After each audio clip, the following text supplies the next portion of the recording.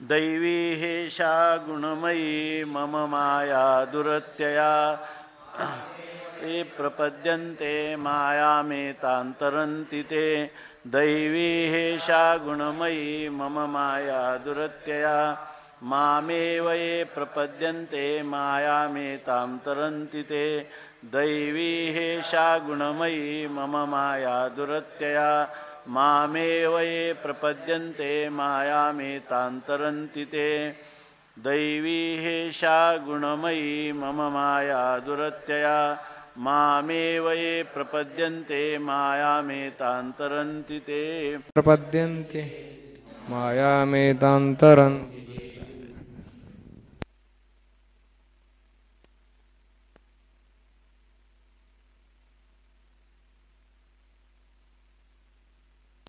तो अपावो होयते ऐक.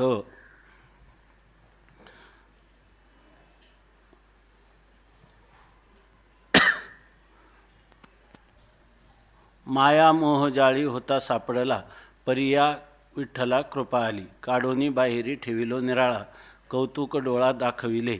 असं जगद्गुरु तुकाराम महाराज म्हणतात की जीव हा मायाकृत मोहजालामध्ये सापडलेला आहे. तेव्हा ह्या मायेतून तरुण जाण्याचा उपाय काय? तर याचा उपाय एकच आहे की भगवंताची शरणागती. माम एव ए प्रपद्यन्ते, जे मला शरण येतात ते येता मायाम तरंती, ते ह्या माझ्या मायेतून तरुण जातात. परंतु त्याबरोबर भगवंताने एक धोक्याची सूचना दिलेली आहे. ज्या मायेतून तरुण जायचं ती माया तरुण जाण्याला अत्यंत कठीण आहे. दैवी हेषा, ती देवाची आहे आणि ती देवाच्या अधीन आहे आणि जीव त्या मायेच्या अधीन आहेत. म्हणून ही जी माया आहे ती देवाच्या अधीन असणारी, परमात्म्याच्या अधीन असणारी माया ही दुरत्यया, तरुण जाण्यास अत्यंत कठीण आहे. परंतु ती मम माया, ती माझी माया आहे.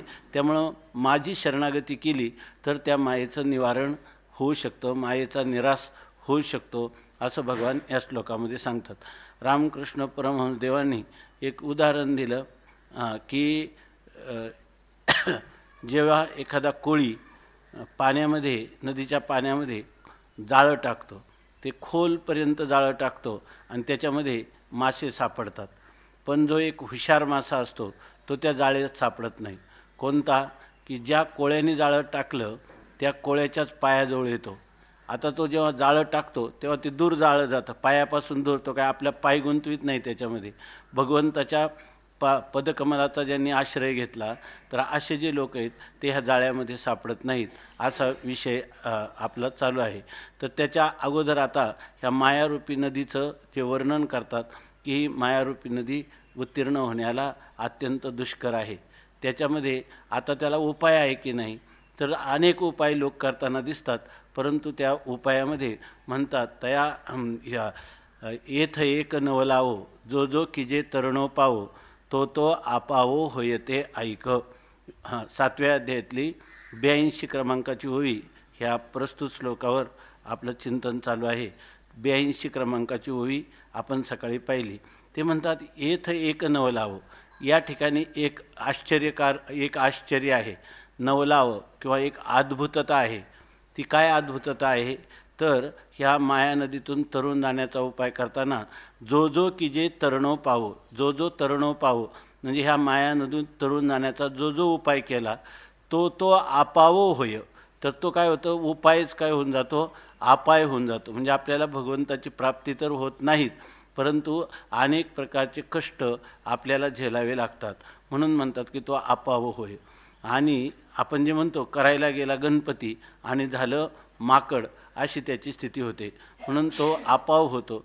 आणि कसे ते अपाय होतात त्या अपायाचंही वर्णन सांगतात. ऐका, चित्ताच्या सावधानतेने उपाय अपाय कसे होतात ते सांगतात. एक स्वयंबुद्धीच्या बाही, रिगाले तयांची शुद्धीची नाही. एक जाणीवेचे डोही, गर्वेची गिळले. एक म्हणजे काही लोक काय करतात? ह्या संसार सागरातून तरुण जायचं ना, आपलं ह्या माया नदीतून तरुण जायचं, त्याच्यासाठी उपाय काय करतात? स्वयंबुद्धी म्हणजे आपल्या स्वतःची जी बुद्धी असते त्या बुद्धीच्या ठिकाणी ज्ञान होतं, बुद्धीच्या ठिकाणी निश्चय होतो. निश्चयात्मिका तत्र बुद्धी. कोणतीही गोष्ट ग्राह्य, त्याज्य, सत्य, मिथ्या, आत्मा, अनात्मा हे सर्व विचार करणारी कोण आहे? बुद्धी. बुद्धी निर्णय करते. तेव्हा ते काय म्हणतात की आपल्या स्वतःच्या स्वतंत्र बुद्धीनं आपण या ठिकाणी ह्या माया नदीतून तरून जाऊ. परंतु ते म्हणतात स्वयंबुद्धीच्या बाही आपल्या स्वतःच्या अंगच्या बलामुळं निघाले. कशासाठी निघाले? प्रविष्ट झाले ह्या माया नदीमध्ये. स्वतःच्या बळाने. किती माया नदी कशी असो, आम्ही याच्यातून तरून जाऊ म्हणून ते त्या माया नदीमध्ये प्रविष्ट झाले. परंतु तयांची शुद्धीची नाही. परंतु ते पलीकडच्या तीरावर तर पोचलेच नाही, पण कुठं गटांगळ्या खाल्ल्या, कुठं बुडाले ते याचं त्यांचं प्रेतसुद्धा सापडत नाही. म्हणजे आत्तापर्यंत स्वतंत्र बुद्धीनं ह्या माया नदीतून तरून जाण्याचा ज्यांनी ज्यांनी प्रयत्न केला त्यांची शुद्धीसुद्धा कुठं लागली, शोधसुद्धा लागला नाही. जसं ह्या स्वतंत्र बुद्धीनं विचार करणारे चारवाक दर्शन आहे किंवा जैन दर्शन आहे, जे श्रुतीचा आश्रय करत नाही, तर त्या ठिकाणी गुरु परंपरा मानत नाही. आपल्या स्वतःच्या बळानेच आपल्याला परमतत्वाचा शोध लागतो आणि ही माया नदी आपल्याला बाधणार नाही असं ज्यांचा बुद्धीचा निश्चय झाला तर ते लोक आहेत. किंवा दुसरे लोक आहेत वैशेषिक, सांख्य, न्याय, हे जे आहेत तर हे सुद्धा तर्काचा आश्रय करतात. आपल्या स्वतःच्या बुद्धीचा इतका आश्रय करतात. जरी अर्धजरतीय न्यायाने त्यांनी वेदाला प्रामाण्य दिलं तरीसुद्धा जे काही आपल्या बुद्धीनं किंवा तर्काने जर एखादा निर्णय झाला आणि श्रुतीनं एखादा निर्णय केला, तो निर्णय जर तर्काशी सुसंगत असेल तर तेवढ्याच अंशात ते श्रुतीचा निर्णय मानतात. आणि जर श्रुतीच्या तर्क हा जर श्रुतीपेक्षा विरोधी असेल तर तर्क प्रबळ प्रमाण आहे असं मानतात. असे जे कोणी आहेत, आज पहा की एवढं मोठं दार्शनिक जगत आहे, खूप खूप दर्शनं. हे तर आपल्याला 6 आस्तिक आणि 6 नास्तिक दर्शन आपण म्हणतो, परंतु या ठिकाणी इतरही आज इतर जगामध्ये अनेक प्रकारची तत्त्वज्ञानं उदयाला आली, अस्ताला गेली. परंतु कोणतंही वेदांत दर्शनासारखं दर्शन या ठिकाणी जे काही कल्पच्या कल्प धाता यथा पूर्वम अकल्पयत. जसं परमात्म्याने पूर्वीची सृष्टी उत्पन्न केली तशी वेदांताची विचारधारा ही अव्याहतपणे चालू आहे. त्याचं कारण काय असेल तर त्याचं कारण माया नदीतून तरून जाण्याचे जे उपाय आहेत ते त्यांचेच उपाय यथार्थ उपाय आहेत आणि बाकीचे ज्यांचे उपाय ते अपाय झालेले आहेत. आणि या लोकांचा जर विचार केला तर त्यांची स्थिती अशी आहे की स्वयंबुद्धीच्या बाही निघाले तयाची शुद्धीची नाही. आता काही लोक जे आहेत तर ते व्याकरणाचं, न्यायाचं अध्ययन करून आपल्या शास्त्राध्ययन किंवा शास्त्राचा स्वाध्याय करून त्या व्याकरणाच्या बळावर, जसं स्वामी दयानंद सरस्वती त्यांनी संपूर्ण आयुष्य ब्रह्मचर्य, संन्यास आणि त्याशिवाय रात्रंदिवस शास्त्राचं अध्ययन आणि शास्त्राच्या अर्थाचा विचार केला. परंतु तो विचार गुरुपरंपरेनं किंवा संप्रदाय पुरस्सर न करता स्वतंत्र बुद्धीनं व्याकरणाच्या द्वारा वेदाच्या अर्थाचं चिंतन केलं आणि त्या ठिकाणी सगुण साकार जी उपासना आहे त्याचं खंडन केलं आणि त्यांनी त्रैताचा सिद्धांत सांगितला. तर अशा वेळेला हे जे काही तत्त्वज्ञानं उदयाला आली, अशी अनेक तत्त्वज्ञानं उदयाला आली, पण ती काळाच्या ओघात कुठं नाहीशी झाली ते सुद्धा सांगता येणार नाही. जसं मोहेंजोदडो, हडप्पा एका काळात ती भरभराटीला येतात की बौद्ध मत जे आहे त्याचाही कधी उत्कर्ष झालेला आहे, जैन मताचाही उत्कर्ष झालेला आहे, आसुरी संपत्ती मानणाऱ्या लोकांच्यामध्ये चारवाक मताचाही उत्कर्ष झालेला आहे. परंतु ही मतं मात्र टिकली नाही. या ठिकाणी शुद्ध अशा प्रकारची तर्क जरी असेल तर तर्कानेसुद्धा तर्कशा प्रतिष्ठानात वा या न्यायाने तीसुद्धा खंडित झालेली आहे. कोणत्याच मताने तग धरली नाही किंवा अव्याहत परंपरा जी आहे ती त्यांची अव्याहत परंपरा चालू राहिली नाही. म्हणून या ठिकाणी ते म्हणतात की जे स्वतःच्या बुद्धीनं करतात त्यांची शुद्धीचे नाही. आणि ज्यांनी शास्त्राचं अध्ययन केलं आणि अशा प्रकारचे अर्थ लावले त्यांचंसुद्धा ते म्हणतात जाणीवेच्या डोही गर्वे चिगिळिले.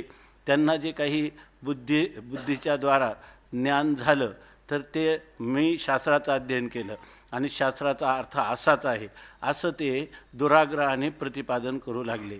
आणि त्यामुळं त्यांना जी जाणीव किंवा जे ज्ञान झालं तर तो ज्ञानरूपी एक अथांग डोह आहे आणि त्या डोहामध्ये त्यांना गर्व झाला आणि त्या गर्वामुळं जाणीवेच्या डोही गर्वेची गिळले. काही लोकांना शास्त्र पांडित्याचा अभिमान होतो आणि त्या अभिमानामुळं त्या माया नदीतून तरुण जात नाही, तर त्या ठिकाणी ती माया नदी त्यांना गिळंकृत करते, त्यांचा ग्रास करते. म्हणजे माया नदीतून ते तरुण तर जातच नाहीत. म्हणून म्हणतात की केवळ शास्त्राचं अध्ययन करणारे सुद्धा षडंगादी वेदो मुखे शास्त्रविद्या कवित्वादी गद्यम सुपद्यम करोती हरेरंघ्री पद्मे किंवा गुरोरंघ्री पद्मे मनश्चैन्य लग्नम ततः किम ततः किम ततः किम, त्यांची अशी स्थिती झाली. आता सांगतात काही लोक म्हणतात की जाणीव जी झालेली आहे त्यांना कोणाला पुराणा वचनापासून ज्ञान झालं असं म्हणतात, कोणी स्मृतिग्रंथाचं ज्ञान आहे किंवा कोणाला दार्शनिक पांडित्य आहे. परंतु हे जाऊ द्या, पण ते लोक म्हणतात यांनी नाही, जे अपौरुषेय शब्दराशी भ्रम प्रमाद कर्णापाठव विप्रलिप्सा इत्यादी दोषांनी विवर्जित असणारा जो अनादी अनंत असा असणारा जो वेद आहे तो वेद सर्वामध्ये प्रामाण्य आहे. वेद हे सर्वात प्रबल प्रमाण आहे. म्हणून काही लोकांनी काय केलं म्हणजे वेदातूनच ज्ञान झालं पाहिजे म्हणून वेदत्रयाच्या सांगडी घेतल्या अहंभावाच्या धोंडी ते मदमिनाच्या तोंडी सगळेच गेले. ते म्हणतात एकी म्हणजे काही लोक म्हटले की आपल्याला ह्या माया नदीतून तरून जायचं स्वतंत्र बुद्धीनं होणार नाही, तर्काने सुद्धा होणार नाही.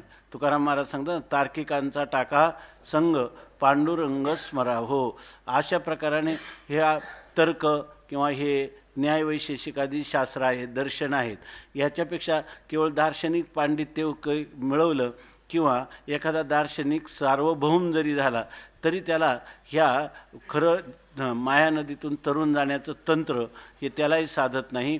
त्याला अपौरुषेय वेद प्रमाण आहे. म्हणून त्यांनी काय केलं, वेदत्रयाच्या सांगडी. आपल्याला जर एखाद्या नदीतून पोहून पलीकडे जायचं असेल तर आपण म्हणतो सांगड बांधतात. ती सांगड काय करते, आपल्याला पाण्यावर तारते. तर मनुष्य सांगड कमरेला बांधली म्हणजे तो त्या पाण्यावर तरंगतो. म्हणून ते म्हणतात वेदत्रयाच्या. आपल्याकडं तसे 4 वेद आहेत, परंतु हा जो अथर्ववेद आहे त्या अथर्ववेद सोडून बाकीचे जे ऋग्वेद, यजुर्वेद आणि सामवेद ह्या 3 वेद हे अनादी कालापासून मानले जातात. त्याच्याबद्दल मतभेद आहेत. अथर्ववेद हा 4था वेद आहे, परंतु त्याच्यात जारण मारण उच्चाटन वगैरे असल्यामुळं त्या वेदाला विशेष न मानणारे असेही काही लोक आहेत. तेव्हा ते काय करतात, वेदत्रय म्हणजे 3च वेदाची सांगड, वेदत्रयाच्या सांगडी. परंतु त्यांनी काय केलं, वेदाच्या द्वारात तरुण जायचं ठरलं, परंतु त्याच्यासाठी काय घेतल्या अहंभावाच्या धोंडी. परंतु त्यांनी काय केलं, अहंभाव म्हणजे अहंकार आणि त्या अहंकाराचा धोंडा म्हणजे दगड बांधला. आता सांगड तरुण नेते, पण सांगड तरुण नेण्यासाठी जेवढी सांगडीची शक्ती आहे त्याच्यामध्ये तेवढाच त्याच्यापेक्षा मोठा वजनदार जर दगड कोणी बांधला तर सांगड तारून नेऊ शकत नाही.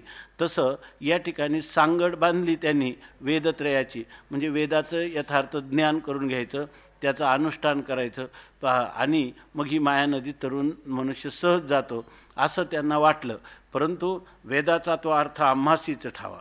वेद जे आहे ते वेदाचा अर्थही आम्हाला माहिती आहे आणि वेदाचं अनुष्ठान कसं करावं, कर्मकांडाचं अनुष्ठान कसं करावं, उपासनाकांड कसं, ज्ञानकांडाचं काय विषय आहे हे फक्त आम्हालाच माहीत आहे. आम्हालाच ते ज्ञान झालेलं आहे, इतरांना ते होणार नाही. आम्ही आमच्या कुलामध्ये, वंशामध्ये, आमच्या परंपरेमध्ये आम्ही जन्मलेलो आहोत, आमचा याच्यावर अधिकार आहे वेदाचा असा अर्थ करून त्या वेदातलं जे उपाय आहे ते करतात. आणि बरोबर आहे, वेद हा तारुण्य नेतो. अपौरुषेय वेद हा निश्चित मनुष्याला तारुण्य नेतो, परंतु त्याच्या स्वाध्यायाबद्दल, त्याच्या अनुष्ठानाबद्दल, त्याच्यापासून झालेल्या ज्ञानाबद्दल निरहंकारी असलं तरच मनुष्य तरुण जातं. कारण सगळ्यात मोठं जर काय असेल तर हा अहंकार जो आहे तो मनुष्याला खऱ्या अर्थाने माया नदीतून बाहेर तरुण नेत नाही. वेदाचं अध्ययन केलं माया तरुण जाण्यासाठी आणि झाला काय, या ठिकाणी मदमिनाच्या तोंडी सगळेच गेले. आणि त्यांना इतका मोठा मद निर्माण झाला किंवा त्याच्याविषयी इतका गर्व दर्प अंतःकरणात निर्माण झाला की त्या अभिमानामुळं त्यांनी केलेलं वेदाचं जे अध्ययन किंवा वेदाने सांगितलेल्या कर्माधिकांचं अनुष्ठान ते करून त्यांच्या ठिकाणी मद निर्माण झाला, गर्व दर्प निर्माण झाला की माझ्यासारखा दुसरा कोणीही वेदवेत्ता किंवा वेदमार्गाचा अनुष्ठान करणारा नाही. असं झाल्यामुळं मद निर्माण झाला. आणि मद हाच कोणी त्या माया नदीतला मासा आहे. तो मदरूपी असणारा मीन म्हणजे मासा, त्याच्यात सगळेची तोंडी गेले. ते असं पूर्णपणाने त्याच्या तोंडात गेले. याचा अर्थ मदरूपी माशाच्या तोंडात ते संपूर्ण गेले म्हणजे नाहीसे झाले. म्हणजे माया नदी तर तरुण गेले नाही, उलट त्या मदरूपी माशाच्या मुखामध्ये ते सापडले. म्हणजे त्यांनाही इति कर्तव्य आपल्याला जे काही करायचं होतं ते पूर्ण केल्याचं माया नदी तरायची होती, ते तरले नाही, उलट त्याच्यामध्ये कुठं त्या माशाच्या पोटामध्ये ते निघून गेले. याचा अर्थ आपल्या जीवनात हा मद नावाचा शत्रू जोपर्यंत आहे तोपर्यंत नीतिशास्त्र, धर्मशास्त्र, वेदांतशास्त्र किंवा आपण केलेली भक्ती, आपण केलेलं कर्मकांड हे कधीही मनुष्याचा उद्धार करू शकत नाही, जोपर्यंत मद आहे तोपर्यंत. एकी वयसेचे जाड बांधले, मग मन्मथाच्या काशे लागले, ते विषय मगरी सांडिले चगळोनिया. काही लोकांना या ठिकाणी वयसेचे जाड बांधले म्हणजे त्यांनी काय केलं, तारुण्याची जाड बांधली म्हणजे कंबर कसली. म्हणजे बऱ्याच लोकांना असं वाटतं की तारुण्याचा एक प्रकारचा मद असतो. त्या तारुण्याच्या मदामुळं त्यांना वाटतं ही संसार नदी काय आहे, ते दंड थोपटून आम्ही बघा आत्ता हिच्यात उडी मारतो आणि पलीकडे निघून जातो असं म्हणतात. म्हणजे वयसेचे जाड बांधले आणि त्यांनी वयसा म्हणजे तारुण्य, त्या तारुण्याची कंबर कसली. म्हणून मनुष्याला असं वाटतं, म्हणजे त्या तुकाराम महाराज म्हणतात ना, तारुण्याच्या मध्ये न मानी कोणाशी सदा मुसमुसी धुळी जैसा. जसा मत्त झालेला एखादा पोळ बैल असावा त्याप्रमाणे त्याला तारुण्याचं एक अभिमान आहे. आणि त्या तारुण्यामुळं मी तरुण जाईल, ह्या माया नदीतून माझ्याजवळ बळ आहे, लात मारील तिथं पाणी काढील, अशा प्रकारचं तारुण्यातली जी भावना आहे ती कधी मनुष्याला ह्या माया नदीतून तरुण येत नाही. याच्या संबंधाने एक उदाहरण आपण सांगितलं असेल अनेक वेळा. स्वामी महाराजांचे एक गुरुबंधू होते आणि त्या श्रीमंत घराण्यातले होते, शरीर सौष्ठव पूर्ण होतं आणि विद्वान होते. आणि एकदा त्यांना काहीतरी काम सांगितलं आणि त्या काम चुकीचं झाल्यामुळं त्यांना गुरुजीने एक थप्पड मारली. तर त्यांना अतिशय राग आला. ते म्हटले की मी सगळा अनुवाद करून देतो, सर्व घरादाराचा त्याग करून तुमच्याजवळ आलो आणि मला एक क्षुल्लक गोष्टीसाठी तुम्ही मारलंच का. ते गुरुजींनी त्यांची क्षमा मागितली की मी आता याच्यापुढं तुला रागावणार नाही. ते म्हणे पण माझा निर्णय झाला आहे की तुम्ही मला काय समजलं, मी जिथं लात मारील तिथं पाणी काढील असं त्यांनी सांगितलं. मग म्हणे मी इथं तुमच्याजवळ आता राहणार नाही, मी आत्ता आश्रम सोडणार आणि इथून निघून जाणार. आणि गेले निघून. ते निघून गेले तर काशीला गेले. काशीला त्यांनी मोठा वेदांताचं न्यायाचं अध्ययन केलं, व्याकरणाचं अध्ययन केलं, मोठे पंडित झाले. काशीला ज्ञानवापीमध्ये जे मोठमोठ्या विवादाच्या स्पर्धा होतात तर त्या ठिकाणी त्यांनी भाग घेतला की त्यांचं प्रथम पारितोषिक त्यांना असायचं. महाराष्ट्रातला एक विद्वान म्हणून त्यांना समजू लागले. पुढं त्या काळामध्ये त्यांना काही आजार झाला, यकृताचा आजार झाला, त्याला जलोदर म्हणतात, म्हणजे पोटात पाणी साठणं. आणि मग त्यांनी त्या ठिकाणी दवाखान्यात दाखवलं. त्या दवाखान्यात त्यांच्या पोटातलं पाणी काढलं का ते दुसऱ्या दिवशी पुन्हा तितकंच पाणी व्हायचं. लिटरभर पाणी काढलं की परत लिटरभर पाणी व्हायचं. मग ते शेवटी फार व्याकुळ झाले, एकदम रोड झाले, फक्त पोटात पाणी असायचं. आणि मग त्यांनी आपल्या बंधू स्वामी महाराजांनी ते बरोबर शिकत होते, त्यांना पत्र पाठवलं की आता हे माझे शेवटचे क्षण आहेत, मला एकदा भेटायला ये. मग हे भेटायला गेले आणि ते रडायला लागले. त्यांनी त्यांना समजावून सांगितलं. ते म्हणे काय करू रे, आता माझ्या पोटात पाणी 1 लिटर काढलं का लगेच दुसऱ्या दिवशी होतं, आणि ते पाणी वाढलं की त्याचा दाब छातीवर येतो आणि मग मला धाप लागते आणि जीव फार व्याकुळ होतो. ते परत रडायला लागले. स्वामी महाराजांनी परत त्यांना समजावून सांगितलं. ते म्हणे अरे हे पाणी होतंच कसं, याला काय इलाज करावा.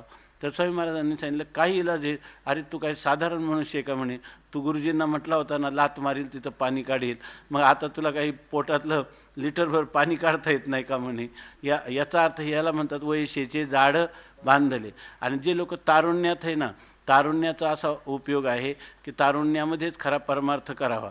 जसं म्हणतात की दे टोले जोवरी असे तप्तला आलं लोखंड, येईला आकार असं कसे झाल्यावर मग ते थंड. याचा अर्थ लोखंडाला आकार कधी देता येतो, ते तप्त आहे तोपर्यंत. तसं तारुण्यातच परमार्थ करता येतो. स्वामी महाराज सांगायचे ज्ञान व्हावं आणि बाल्यकालात झालं किंवा तारुण्यात झालं तर उरलेलं आयुष्य जे आहे ते जीवनमुक्तीचं विलक्षण सुख भोगता येतं. जसं एखाद्या मनुष्याने आयुष्यभर श्रम घेतले आणि त्याला सेवानिवृत्तीनंतर त्याला त्या सेवानिवृत्तीचं वेतन आयतं घर बसल्या मिळतं, तसं तारुण्यात श्रम घेतले तर त्या पुरुषाला पुढच्या उर्वरित जीवनामध्ये त्याला कोणताही विषय नसतानाही की अनेक प्रकारच्या अनुकूलता असली तरी त्याला मद निर्माण करत नाही, आणि किती प्रतिकूलता आली तरी त्याला ती दुःखाकार वृत्ती होऊ देत नाही. अशा प्रकारचं निर्विषय नित्य निरंतर स्वतःसिद्ध सुखाची तो अनुभूती घेतो, अशी स्थिती आहे. परंतु इथं काय झालं, मनमथाचे काशे लागले. तारुण्यामध्ये कंबर कसली, पण कशासाठी, त्याच्या ठिकाणी मनमथ म्हणजे कामविकार जो आहे त्याच्या काशेला लागला. आता मनुष्य जर त्या काशे लागला म्हणजे त्याचा आश्रय केला, म्हणजे आपल्या जीवनामध्ये कामना पूर्ती करणं हाच पुरुषार्थ आहे, काम हाच पुरुषार्थ आहे. आणि काम पुरुषार्थाच्या सिद्धीसाठी त्यांनी धर्माची, मोक्षाची कोणत्याही प्रकारचं त्याची चाड धरली नाही. आणि अशा प्रकाराने तो तारुण्याचा उपयोग त्यांनी कामपूर्तीसाठी केला. मग त्याला म्हणतात की मनमथाचे काशे लागले. त्यांनी कामाच्या कंबरेला पकडून धरलं, म्हणजे काम हाच पुरुषार्थ आहे, हेच सर्वस्व आहे असं त्यांनी मानलं.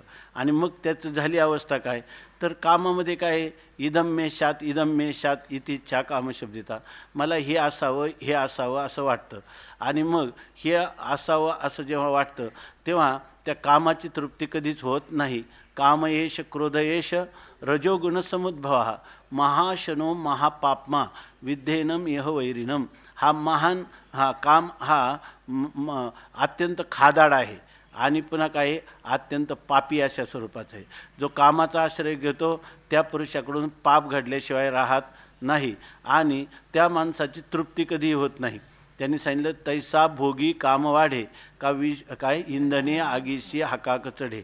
जर आपण प्रज्वलित झालेला जो अग्नी आहे त्याच्यामध्ये जितक्या घृताच्या आहुती द्याव्या तितका तो अग्नी प्रज्वलित होत राहतो. तसा काम कितीही जर त्यांनी सांगितलं नही कामहा कामानाम उपभोगेन शाम्यती, काय न जातु कामहा कामानाम उपभोगेन शाम्यती. काम हा आपल्या विषयाच्या उपभोगाने कधीही शमन पावत नाही. उलट काय होतं, हविषा कृष्णवर्तमेव भूय एव अभिवर्धते. जितका अग्नीमध्ये आपण आहुती घालाव्यात तितका तितका तो अग्नी वाढत जातो. तसं कामाची तृप्तता किंवा पूर्णता कधीच होत नाही. म्हणून सांगतात की असे लोक कुठं जातात तर जे शब्द स्पर्श रूप रस आणि गंध हे जे आपल्याला इच्छित विषय आहे यांचा भोग मन मानेल तसा भोगण्यातच ते पुरुषार्थ मानतात. आणि या शरीराची अशी स्थिती आहे की जो मनुष्य कामाच्या काशेला लागतो तर त्याची स्थिती अशी आहे, उपनिषद वर्णन करतं सर्वेंद्रियाणाम जरयंती तेजहा. त्याच्या शरीरामध्ये जे बल आहे, मनामध्ये जे बल आहे किंवा त्याच्या बुद्धीमध्ये जे बल आहे, ही सगळ्याच बलांचा क्षय किंवा ह्रास ह्या पंचविषयाच्या भोगाने होत असतो. त्यांनी आमच्या आयुर्वेदमध्ये सांगितलं की जे सप्तधातू आहेत तर त्या सप्तधातूंच्या निर्मिती करताना 1-2 न्याय सांगितलेले आहेत की आपण जे अन्न खातो त्या अन्नाच्यापासून हे जे धातू आहेत हे बनतात. पहिला धातू आहे रस, रक्त, मांस, मेद अस्थि, मज्जा, शुक्र असे 7 धातू आहेत. तर किंवा स्त्री शरीरामध्ये असणारं आर्तव. तर याच्यामधला एक बुंद किंवा एक थेंब बनण्यासाठी शुक्राचा त्या खाल्लेलं जे अन्न आहे 40 किलो शेर अन्नापासून एक बुंद वीर्याचा बनतो असं त्यांनी सांगितलेलं आहे. आपल्या पूर्व ऋषींनी ही गोष्ट सांगून ठेवलेली आहे. म्हणजे आपण खाल्लेलं 40 शेर अन्नापासून पहिल्यांदा हे जे धातू पुष्ट होतात किंवा क्षीण होतात याच्यासाठी 2 न्याय सांगितलेले आहे. एक केदार कुल्या न्याय आहे आणि दुसरा खले कपत न्याय आहे. तर केदार कुल्या न्याय, केदार म्हणजे पाट, जसं आपण पाटाने पाणी सोडलं ते हळूहळू एक वाफा भरला की दुसऱ्या वाफ्यात जातं, त्याप्रमाणे खाल्लेलं अन्न जे आहे त्या अन्नाचा पहिला सार भाग जो आहे तो रस आहे. त्या रसापासूनच पुढं रक्त बनतं. म्हणजे पुढचा एका पाटातून दुसऱ्या पाटात, एका धातूपासून दुसऱ्या धातूचा अशी निर्मिती होत जाते. तर त्याच्यामध्ये त्यांनी सांगितलं की पहिला रस, नंतर त्याच्यापासून त्या रसापासून रक्त बनतं, रक्तापासून मांस, मांसापासून मेद, अशा प्रकारच्या त्या अन्नाच्या साराचा प्रवास होत होत मनुष्याचं शुक्र बनतं. आणि हे चारही आपलं सप्तधातू जे आहेत ते जर सगळे समप्रमाणात असतील, तसंच वात, पित्त, कफ हे तिन्ही दोष समप्रमाणात असतील आणि या ठिकाणी आपल्याला असणारं मल, मूत्र आणि स्वेद हे ते जे या ठिकाणी दोष आहेत हे दोषसुद्धा सगळे समप्रमाणात असतील तर त्या मनुष्याचं आरोग्य राहतं. म्हणजे साधा आरोग्याचा विचार केला तरी त्याच्यामध्ये या सगळ्या गोष्टींचा विचार आहे. तर जो मनुष्य इथं आपलं कशासाठी चाललं होतं, तर हे जे मनुष्य आहे जो विषयभोगामध्ये प्रवृत्त होतो त्याचं काय होतं, त्याचं रसच जर पुष्ट झाला नाही तर पुढं रक्त पुष्ट होत नाही, शुक्र पुष्ट होत नाही आणि त्याच्या शरीराच्या ठिकाणी जो ओज म्हणून सगळ्या धातूंचं एकत्र सार असं सांगतात, तर ते सार त्याच्या ठिकाणी निर्माण होत नाही. मग असे जीवांचं काय होतं, तर ही ज्या विषयांचा भोग घेताना ही झालेली त्याची जी हानी आहे त्यालाच म्हणतात की ह्या विषयरूपी मगर म्हणजे सुसर यांनी त्यांना दात नाही पण त्यांनी एकदा गिळल्यानंतर हळूहळू त्याचा चोथा करून टाकतात, चगळून टाकतात. म्हणून म्हणतात की ते विषय मगरी सांडिले चगळोनिया असं सांगतात. विषयरूपी मगरीनं म्हणजे याचा अर्थ विष जे आहे ना, विषिणवंती इथे विषय हा, जे मनुष्याला दुःखामध्ये बुडवून टाकतात, दुःख सागरामध्ये गटांगळ्या खायला लावतात, त्यांनाच म्हणतात विषय. म्हणजे विषयात कधीही सुख प्राप्त होणं शक्य नाही आणि त्याच्यातच ज्याने आपलं जीवन आणि त्याच्यातही तारुण्याचं जीवन त्याच्यामध्ये वेच केलं तर त्याचं वर्णन ज्ञानोबाराय इति काकू म्हणजे सद्गदित कंठाने सांगतात की त्यांचं काय झालं हो, अहो ते विषयरूपी सुसरीनी मगराने त्यांना गिळूनच टाकलं आणि गिळून काय केलं, चगळून त्यांचा चोथा करून त्यांना सांडिले, बाहेर टाकून दिले. म्हणजे फक्त त्यांचे सांगाडे राहिले, कारण इंद्रियाधिकांचं तेज तर त्यांचं सर्व मावळूनच गेलेलं आहे. आता वार्धक्याच्या तरंगा माझी मतिभ्रंशाचा जरंगा तेने कवळिजताती पैगा चौहूकडे. आता हे झालं तारुण्य असं गेलं. तुकाराम महाराज म्हणतात ना, काय बालपण गेले नेणता आणि तारुण्य दशे विषय व्यथा वृद्धपणी प्रवर्तली चिंता मरे मागुता जन्मधरी. ही स्थितीचं वर्णन करतात आता तारुण्य. तर तुकाराम महाराजांचं बाल्यपणातलं बाळपणी काय बाळपणी 80 वर्षे गेली 12 असा अभंग आहे. आणि तारुण्याचा काय आहे, तारुण्याच्या मध्ये न मानी कोणाशी मग सदा मुसमुशी धुळी जैसा. आणि वार्धक्याचं वर्णन करणारा एक अभंग आहे की काय खोबऱ्याची वाटी आयशे झाले मुख असं त्याचं वर्णन करतात. 3 अभंग स्वतंत्र तुकाराम महाराजांनी बाल्यपणाचे, तारुण्याचे आणि वार्धक्यामधल्या स्थितीचं वस्तुनिष्ठ वर्णन करणारे आहेत. सगळे अभंग आपण पाहून घ्या. तर एक आता वार्धक्याचा तरंगा. काही लोकांना वार्धक्य आलं ना, वार्धक्य म्हणजे त्याचं सगळं बल कमी करून टाकणार आहे. मनामध्ये सामर्थ्य नाही, बुद्धीमध्ये पूर्वीसारखं तेज राहिलेलं नाही, शरीरही विकल झालेलं आहे. तरी काही लोकांना माझं वय 89 आहे हे सांगताना इतका अभिमान वाटतो की माझ्याबरोबरचं गावात कोणीच राहिलेलं नाही. जे जणू काही आत्तापर्यंत आज इथून पुढे युगाच्या युग गेली तरी राहणारच आहे, हाय की नाही, असं इतकं वाटतं त्यांना. परंतु ही स्थिती कशामुळं होती? वार्धक्याचा तरंगा. आणि वार्धक्य ना त्या शरीराचा षड्भाव विकाराने संपन्न आहे. त्याच्यामध्ये हे पहिल्यांदा त्याला अस्ति जायते वर्धते. वर्धते म्हणजे त्या शरीराची वाढ होते, विपरिणमते, त्याच्यामध्ये काही परिणमन होतं आणि पुन्हा हळूहळू अपक्षीयते, त्याच्या ठिकाणी ऱ्हास किंवा क्षय व्हायला सुरुवात होतं आणि शेवटी विनश्यतीला ते प्राप्त होतं, त्याचा सर्व नाश होतो. उपजेते नाशे अशा प्रकारची स्थिती आहे. परंतु हे ते म्हणतात वार्धक्याचा तरंगा. ही एक लाट आहे. तारुण्याची लाट येऊन गेली का दुसरी लाट कोणती? बालपणाची लाट जात आहे आणि तारुण्याची लाट येते. आणि तारुण्याची लाट जाते म्हणजे ह्या माया नदीमध्येच ह्या लाटा आहेत आणि ह्या लाटामध्येच हा हेलकावे खात असतो. त्या नदी तरुण जाणं तर दूरच राहतं. तर त्याच्यापैकी वार्धक्याच्या तरंगा, वार्धक्याच्या म्हणजे वृद्धपणाच्या म्हातारपणाच्या ही एक लाट आहे. आणि त्या लाटामध्ये तरंगा माझी मतिभ्रंशाचा जरंगा. आता हे लोक कुठं सापडतात? जसं कोळ्याने जाळं टाकलं की त्याच्यामध्ये मासे सापडतात, तसा वार्धक्याची लाट आली की त्या लाटेमध्ये काय असतो? मतिभ्रंश. पहिल्यांदा काय आपल्याकडं म्हणण्याची पद्धत आहे, साठी बुद्धी नाटी असं म्हणतात. म्हणजे त्याला पूर्वी किती जरी तो मनुष्य बुद्धिमान असला तरी म्हातारपणी त्याला काय आठवत नाही. मग ते म्हणतात तो कशामध्ये? मतिभ्रंशमध्ये बुद्धिभ्रंश, की ज्याच्यामध्ये ज्याचं वर्णन दुसऱ्या अध्यायात केलं आहे. काय? बुद्धिनाशात विनश्यती, आहे की नाही? बुद्धी नाश झाला म्हणजे सर्वच नाश झाला. आणि त्या बुद्धिनाशाच्या जाळ्यामध्ये त्याची जी बुद्धी असते त्या बुद्धीला कोणताच निर्णय करता येत नाही. काही काही प्रामाणिक वयोवृद्ध असतात, त्यांना जर एखादा सल्ला विचारतात, ते म्हणतात की पूर्वी मी हे सांगत होतो की तुम्ही अनेक लोकांना मी हे सल्ले देत होतो, पण आता मला माझंच काय चाललं आहे काय मलाच कळत नाही. तर आता काय आहे, तर मतिभ्रंश जो झालेला आहे त्या जाळ्यात बुद्धिभ्रंश झालेला आहे. आणि तो कुठपासून सुरू झालेला आहे हा बुद्धिभ्रंश? तर विषयांध्याय ते पुंसापासून जो बुद्धिभ्रंश होतो ती एक मालिका आहे. जर विषयांचं ध्यान केलं तर सर्व नाश होतो, पण म्हातारपणामध्ये बुद्धीचा नाश हा नैसर्गिकरित्या स्वाभाविकरित्याच होत असतो. म्हणून मतिभ्रंश म्हणजे बुद्धिभ्रष्ट, बुद्धिभ्रष्टतेचा जरंगा म्हणजे जाळं. आणि त्या जाळेमध्ये कवळ जताती पैका चौकडे. आणि ते चहूकडून म्हणजे त्याचं मनोबल नाही, बुद्धिबल नाही, आत्मबल नाही त्याच्या ठिकाणी आणि शारीरबलही नाही. सगळीकडून चहूकडून तो काय होतो? कवळी जाते. सगळीकडून तो कवळला जातो, गुरफटला जातो. म्हणजे अशा प्रकारे त्याचा तो जो आहे तो सर्वनाशाकडं त्या ठिकाणी प्रवृत्त झालेला असतो. आणि शोकाच्या कडा उपडतं, क्रोधाच्या आवर्ती दाटतं, आपदा गिधी चुंबीजत उधवला ठाई.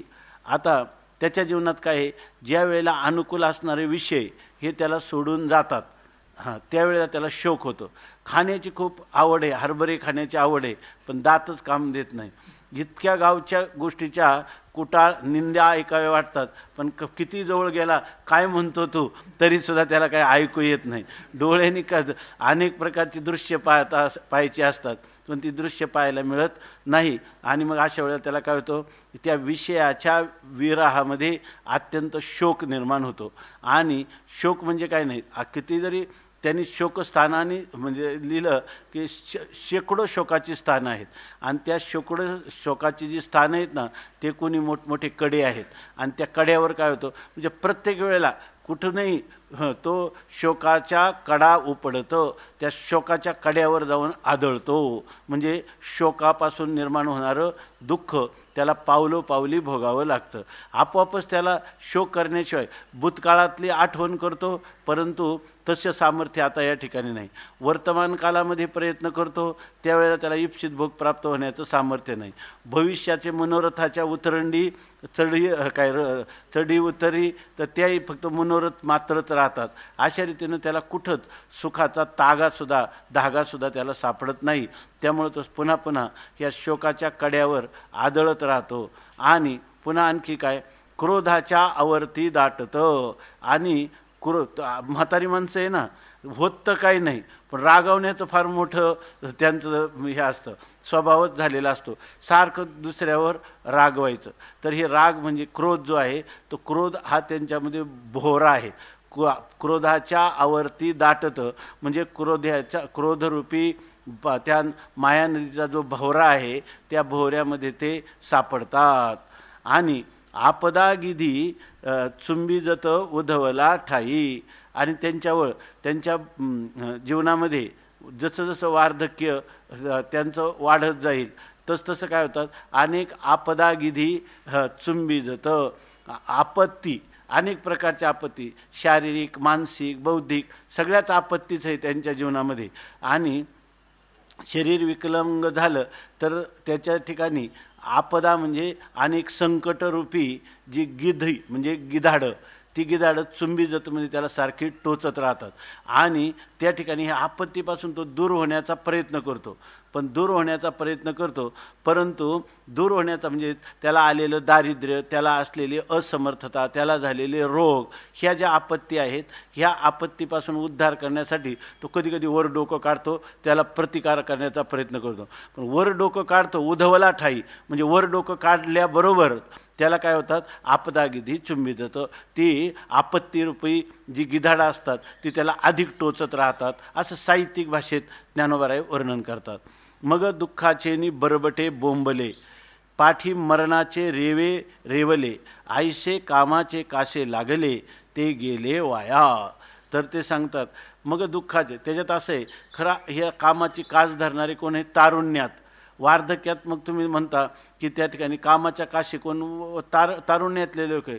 वार्धक्यामध्ये त्यांचं जरी सर्व इंद्रियांच्या ठिकाणी ते तशा प्रकारचं सामर्थ्य विषयभोगाचं नसलं तरी त्या विषयभोगाचं तारुण्यात केलेलं जे चिंतन आणि भोगलेल्या भोगाचे जे संस्कार, ते संस्कार त्यांना पार मृत्यूच्या अव्यवहित पूर्वक्षणापर्यंत त्रास देत असतात. ते संस्कार त्यांना त्याच प्रकारचा त्रास दिल्यामुळं त्यांचं स्वरूप सांगतात दुःखाचे बरबटे बोंबले. दुःखाचा बरबट म्हणजे चिखल, आणि त्या चिखाने बोंबले म्हणजे माखले गेलेले. म्हणजे एखादा मनुष्य जसं चंदनाची उटी, तशी यांना उटी कशाची आहे, यांना दुःखरूपी चिखलाची उटी आहे. म्हणून त्यांना म्हणतात की दुःखाचे बरबटे बोंबले. ते दुःखाच्या चिखलाने ते माखले जातात. पाठी मरणाचे रेवे रवले. आपण ना इथं रेवट आहे म्हणजे गाळ आहे तिथं, हां, बारीक असणारा गाळ, की ज्या गाळात मनुष्यचा पाय गेला तर तो जेव्हा पाय वर काढायला जातो तेव्हा दुसरा पाय जो आहे तो अधिक खोल जातो, आणि नंतर पुन्हा हा पाय काढायला जातो तेव्हा पहिला पाय जास्त फसतो. त्याप्रमाणे यांना म्हणजे त्याच्यातून त्यांना सुटता येत नाही. त्याप्रमाणे हे लोक मरणाचे रेवे रेवले म्हणजे मरणाच्या गाळात रेवले म्हणजे ऋतून बसले, फसले. असे हे कशामुळे ही स्थिती येते, खरं तरी ही परिस्थितीचं कारण आहे तारुण्यापासून त्यांनी केलेली कामाचे काशे लागले. त्यांनी कामाच्या काशेला लागले. तारुण्यात त्यांच्या ठिकाणी काम वृद्धिंगत झाला. वार्धक्यामध्ये त्यांना कामोपभोग झाला नाही, परंतु कामवासना मात्र अधिक तरुण झाल्या, आणि त्यामुळं ते वाया गेले. म्हणजे ते कसे वाया गेले तर कायम दुःखाच्या चिखलामध्ये ते माखले गेले आणि मरणाचे रेवे रेवले. वार्धक्यानंतरची दुसरी अवस्था कोणती, अपक्षीयते आणि विनश्यती. हे त्यांच्या देहाचा शेवटचा विकार आहे आणि त्या मरणाच्या गाळामध्ये ते फसले. अशा प्रकाराने माऊली सांगतात. याला मुख्य कारण काय आहे तर हा काम एष क्रोध एष, हा कामच क्रोध झाला. एकी यजनक्रियेची पेटी बांधोनी घातली पोटी, ते स्वर्गसुखाच्या कपाटी शिरकोनी ठेले. आता काय केलं तर काही लोकांनी काय केलं, अहो हे जे लोक आहे ना यांचं जीवन व्यर्थ झालं, याचं कारण काय आहे, यांनी काय करायला पाहिजे होतं, म्हणती संसारी जन्मीजे यज्ञाधिक कर्म कीजे आणि मग स्वर्ग सुख भोगीजे मनोहर. या ठिकाणी मनुष्यानी कुर्वन्नेवेह कर्माणी जिजीविषे शतम समाहा. माणसांनी यज्ञ यागादी कर्म करीतच 100 वर्षे जगले पाहिजे. यज्ञ जरी हे वेदाचा स्वाध्याय करत असले तर वेदाचं मनोगत यांना कळलं नाही असं पूर्वमीमांसक म्हणतात. आणि ते म्हणतात मग काय करायला पाहिजे तर ह्या मनुष्य लोकामध्ये मर्त्य लोकात जन्म आल्यानंतर इतक्या की त्यांनी सांगितलं वराता काय लावी ती स्वर्गीची उर्वशी ऐकोन या मानसी वराता लावी ती आकाशी यागाची. तर यागाची शिडी उभारतात.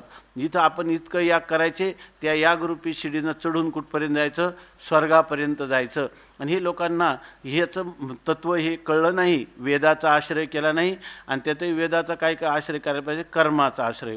कर्माने काय होईल, मनुष्य स्वर्ग लोकाला प्राप्त होईल, तिथले दिव्य भोग भोगील. हे तंत्र लोकांना जमलं नाही. असं काही पूर्वमीमांसक जे दर्शन आहे, पूर्वमीमांसा दर्शन, ते असं सांगतात.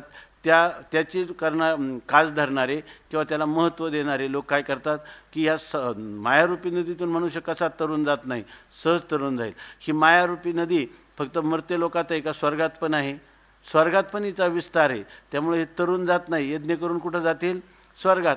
पण इथं काय होतं, पापातून निघाले परंतु काय लागले, पुण्यरूप पापाला प्राप्त झाले. आणि त्यामुळं त्यांना खरं ह्या माया नदीतून तरुण जाता आलं का, आलं नाही. त्यांना जन्ममरण परंपरेतून सुटता आलं नाही.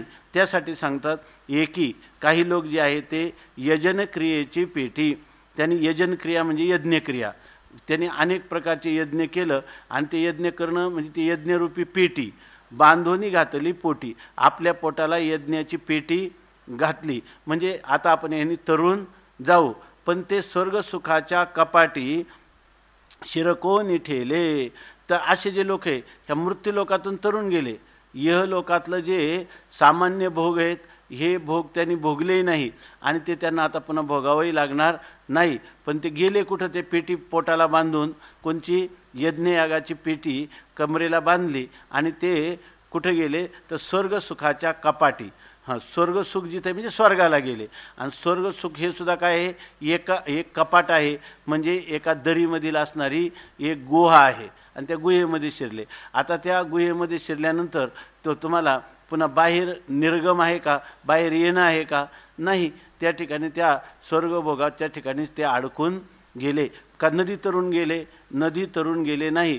उलट त्या स्वर्गरूपी कपाटामध्ये ते शिरकोनी प्रवेश केला आणि ठेले, त्या ठिकाणी ते राहिले. बरं ते राहिले तर कायमचे राहिले का, नाही.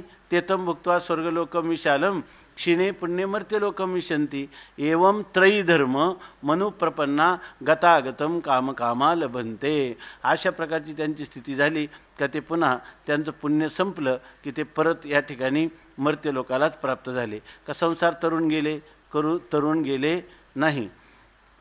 एकी मोक्षी लागावयाच्या आशा केला कर्मबायांचा भरोसा परी ते पडिले वळसा विधी निषेधाच्या. एकी काही लोक जे होते त्यांनी सांगितलं मोक्षच आम्ही प्राप्त करू आणि मोक्ष लागावयाच्या आशा म्हणजे आम्हाला मोक्षी लागावयाची आशा, असा एक पाठ आहे. तर आम्ही मोक्षालाच प्राप्त होऊ म्हणजे माया नदीतून पलीकडं जाऊ ह्या आशेने त्यांनी काय केलं, कर्मबायांचा भरवसा केला. त्यांनी कर्मरूपी बाहू आमच्या हातावर, आमच्या बाहुबळावर, पण आमचं बाहुबळ म्हणजे कसं, वेदाने जे सांगितलं त्याप्रमाणे, त्या वेदाने जे काही आचार निष्ठा सांगितली त्या वेदाने सांगितलेल्या आचाराविषयी निष्ठा ठेवून त्याचा अनुष्ठान करून त्या वेदबाह्य एकी मोक्ष लागावयाच्या आशा आम्ही मोक्षाला प्राप्त होऊ.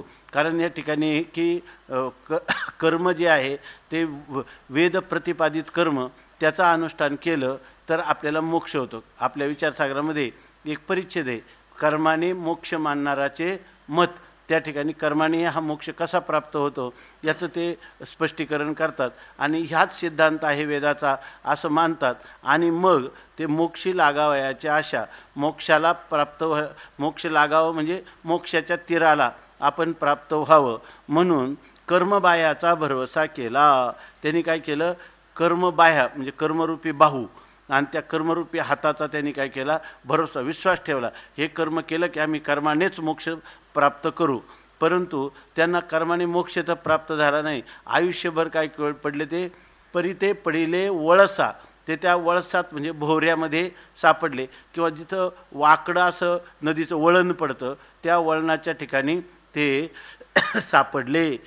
कोणत्या वळण, त्यांना विधी निषेधाचा वळसा, विधी निषेधाच्या भरोशामध्ये. त्यांनी सांगितलं, वेदाने सांगितलं की हे करा, हे करू नका, जे सांगितलं ते करायचं नाही, सांगितलं ते केल्याशिवाय राहायचं नाही. अशाच प्रकारचं एकदा विधीपूर्वक कर्म करायचं, निषिद्ध कर्म टाळायचं. निषिद्ध काय, विहित काय याचा विचार करता करता त्याच्याच भोवऱ्यात ते सापडले, विधिनिषेधाचाच विचार करण्यात सापडले. ह्या विधिनिषेधाचा विचार करत बसलं तर मनुष्याला स्वामी महाराज विनोदाने गोष्ट सांगायचे की ते जाळून घेऊ की पुरून घेऊ, अशा प्रकारे याला विधी म्हणावं का निषेध म्हणावं.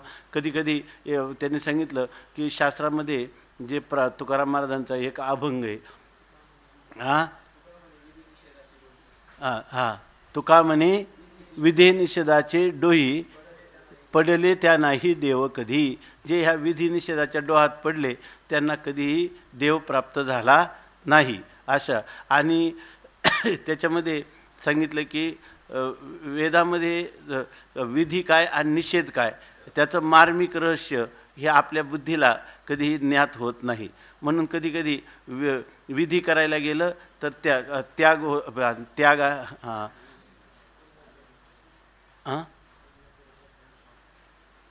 पुण्यकरिता होय पाप, दूध पाजूनी पोशीला साप. पहिल्या अघोर करून या जप दुःख विकत घेतले. अघोर करून या जप दुःख विकत घेतले. पहिल्या 100 अभंगामध्ये एक अभंग आहे, दुसरा एक असा अभंग आहे की त्याच्या ठिकाणी आपण पाप करायला गेलो तर पुण्य झालं आणि पुण्य करायला गेलं तर आयशे उफराटे वर्म धर्मांगीचा अधर्म. आपण धर्म करायला गेलं तर अधर्म. म्हणजे धर्म काय आणि अधर्म काय याचा विचारातच त्यांचं सगळं जीवन निघून जातं. जेथ वैराग्याची नाव न रिगे, विवेकाचा तागा न लगे, वरी काही तरोये योगे परी विपायतो. आता ह्या जेथ वैराग्याची नाव न रिगे, ज्या ह्या माया नदीमध्ये वैराग्याची नाव न रिगे, वैराग्याची नाव तर याच्यामध्ये कधी शिरतच नाही. म्हणजे याच्यामध्ये अंतकरणामध्ये ह्या माया नदीमध्ये सापडलेल्या मनुष्याला अंतकरणात वैराग्य निर्माण झालं हे कधीच होत नाही. आणि नावेने हा पलीकडे जाईल, पण नाव कोणते आहे? वैराग्य. पण वैराग्य हे नाव आहे, ह्या नावेमध्ये त्या माया नदीमध्ये ते प्रविष्टच होत नाही. कारण वैराग्य जर त्या ठिकाणी प्रविष्ट झालं तर माया नदीतून तो तरुण जाईल. कारण काय आहे, माया नदीतून तरुण जाण्यासाठी अधिकारी कोण सांगितलं आहे? विवेक, वैराग्य, समाधी षटक, मुमुक्षुत्व हे जर असेल तर तो पुरुष काय आहे, या माया नदीतून तरण्याचा अधिकारी होतो. पण वैराग्याची नावं न रिगे, या ठिकाणी वैराग्याची नावच त्या जेथ म्हणजे ज्या ठिकाणी म्हणजे ज्या माया नदीत वैराग्य कधी निर्माणच होत नाही. आणि विवेकाचा तागा न लगे. आणि विद्यार्थी आहे ना, ती जवळ आल्यानंतर त्याचं जर खाली पाण्याचा ठाव घ्यायचा असेल किंवा नाव थांबायचं असेल तर जी काठी, विळूची काठी ती खाली तळापर्यंत टेकवतात आणि त्याला स्थैर्य प्राप्त करून देतात. इथं विवेकाचा धागा न लगे, विवेकाचा वेळू किंवा विवेकाचं सूत्र या ठिकाणी जशी ते नाव आहे ती खुंट्याला बांधून ठेवतात, पण इथं विवेकाचा तागा किंवा धागा त्याला कधी लागत नाही.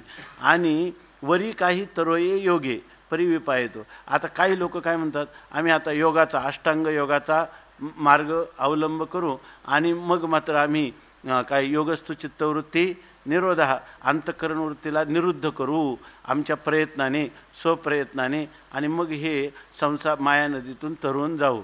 परंतु योगाचा आश्रय करणारे तरी किती आहेत?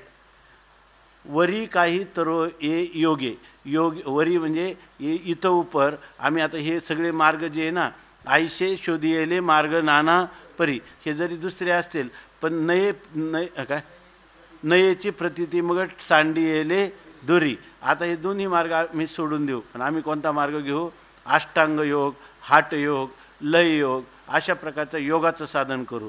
परंतु असे करणारे किती आहे? योग काय साधारण गोष्ट आहे का?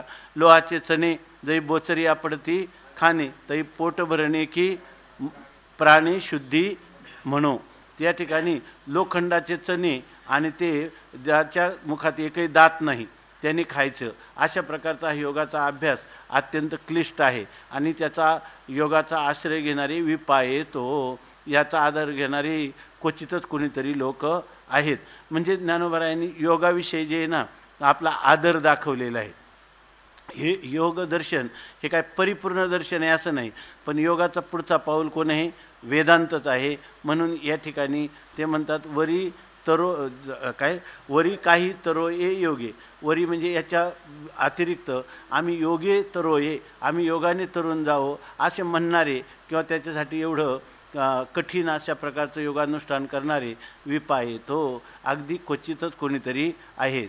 आईशे तरी जीवाचे अंगवणे, या माया नदीचे तरणे, हे कासयासारखे बोलणे म्हणावे पा. ते म्हणतात आईशे तरी जीवाची अंगवणे, असं जर आहे तर मग जीवाची अंगवणे म्हणजे जीवाच्या ठिकाणी असणारं जे अंगवण म्हणजे सामर्थ्य, जीवाच्या ठिकाणी असणारं मनोबल, बुद्धिबल किंवा शास्त्राचा आश्रय घेणं, हे जे काही योगबल, हे सगळे जे असतील तर पण ते जीवाच्या स्वतःच्या सामर्थ्याने ये माया नदीचे तरणे, आम्ही आमच्या सामर्थ्याने ह्या माया नदीतून तरुण जाऊ. हे कासयासारखे बोलणे, हे बोलणं कसं आहे सांगू का? आम्ही आमच्या स्वबळाने माया नदीतून निश्चित तरुण जाऊ, हे बोलणं कासयासारखे. हे बोलणं कशासारखं आहे म्हणावे पा, कशासारखं म्हणावं बरं असं म्हणतात. म्हणजे याला काय उपमा द्यावी असं जर कोणी म्हणायला लागला तर त्याच्याकडं त्याची तुलना कशाची करावी असं म्हणतात. की एखादा म्हणा नाही मी मात्र ही माया नदी तरुण जाणारच, असं हे जे बोलणं आहे हे कशासारखं आहे सांगा बरं. तर सांगा. मग माऊली काय करतात, इथं त्या खंदारकर महाराज नेले का माऊली थोड्या वेळ स्तब्ध राहतात. आता कशासारखं म्हणावं बरं, माया नदी याला काय उपमा द्यावी असं थोडा वेळ शांत राहिले आणि मग नंतर त्या उपमा सांगतात. जरी आपत्यशेळा व्याधी, आकळे साधुशी दुर्जनाची बुद्धी, की रागी सांडी वृद्धी आली साती. आपत्यशेळा व्याधी, एखादा मनुष्य आपत्य हे त्याचं शीळ आहे, शील आहे म्हणजे स्वभाव आहे की त्याचं आपण हा माणूस शीलवान आहे, इतका सज्जन आहे की जसं त्या विंचवाचं तो साधू जो आहे तो त्या विंचवाला घेतो आहे की नाही, आणि विंचवाला घेतलं की तो विंचू त्याला डंख मारतो, मग त्याच्या हातातून विंचू पडतो आणि पुन्हा तो वाहायला लागतो प्रवाहात. मग तो काय करतो, पुन्हा हात करतो. तर एक मनुष्य म्हणे भल्या माणसा तुला इतक्या वेळा तो डंख करतो आणि तो पुन्हा पुन्हा घेतो. ते म्हणे तो विंचवाचा स्वभाव आहे. जर विंचवाचा स्वभाव मी त्याचं प्राण वाचवतो तरी मला डंक केल्याशिवाय राहत नाही, तर साधूचा स्वभाव काय आहे, जरी त्याने मला किती वेळा डंक केला तर मी त्याला वाचवलं पाहिजे. तसं काही लोकांचे रोग दूर का होत नाही, तर त्यांचं आपत्यकर सेवन करणं हे त्यांचं शील म्हणजे हे त्यांचा स्वभाव आहे, जन्मसिद्ध हक्क आहे. म्हणून म्हणतात. आणि असा पुरुष आहे ना, जे लोक म्हणतील ना मी माझ्या सामर्थ्याने तरुण जाईल, त्यांचं बोलणं कशासाठी सारखे, तर आपत्यशिळा व्याधी. जर एखादा आपत्य करणारा जो पुरुष आहे आणि त्या पुरुषाला व्याधी त्याची जी व्याधी किंवा रोग त्याला झालेला आहे ना, तो जर त्यांनी नष्ट केला, म्हणजे सारखा आपत्य करतो पण आपत्य करूनही त्यांनी रोग काय केला, आपला रोग नष्ट केला, असं कधी होईल का? होणार. पण जर एखादा माणूस म्हणला ना की मी तरुण जाईल, तर किती जरी म्हटला तर तरुण जाईल का? तो तरुण जाणार नाही. किंवा आकळे साधूशी दुर्जनाची बुद्धी, किंवा एखादा दुर्जन दुष्ट पुरुष आहे आणि साधूला कधी त्याच्या बुद्धीचा, साधूला पार ब्रह्मज्ञानी असू द्या पण त्याला दुष्टाच्या बुद्धीचा, त्यांनी सांगितलं मूर्खाचे हृदय धरवेना क्षणभरी. ब्रह्मदेव एवढा आहे ना, हां 4 मुखाचा असणारा ब्रह्मदेव, सगळ्या जगताच्या उत्पत्तीचं सामर्थ्य आहे, पण दुष्टाच्या अंतकरणात काय आहे ते ब्रह्मदेवाला सुद्धा कळत नाही किंवा त्याचा अंत करणारा तो आकलन करू शकत नाही. तर साधू पुरुषाला दुर्जनाची बुद्धी कळेल का? साधू पुरुषाला दुर्जनाची बुद्धी कधीच कळणार नाही. की रागी सांडी वृद्धी आली साती, किंवा एखादा मनुष्य रागी म्हणजे फारच लोभी आहे आणि त्या लोभी पुरुषाला जर रिद्धी म्हणजे त्याला संपत्ती प्राप्त झाली आणि ती रिद्धी आली साती, त्याला संपत्ती प्राप्त झाली, म्हणे हा मनुष्य मोठा विषयासक्त आहे, लोभी आहे आणि त्याला संपत्ती प्राप्त झाली आणि त्यांनी खुशाल केला ना त्याग त्या संपत्तीचा. अरे असं कसं शक्य? लोभी असेल तर संपत्तीचा त्याग करणार नाही, आपत्यशील असेल तर त्याचे व्याधी कधीही नष्ट होणार नाही आणि साधूला दुर्जनाची बुद्धी कळणार नाही. त्याप्रमाणे स्वतःच्या सामर्थ्याने माया नदी कधीच तरुण जाणं शक्य नाही. जरी चोरा सभा दाटे अथवा मीना गळघोटे, ना तरी भेडा उलटे विवशी जरी. आता म्हणतात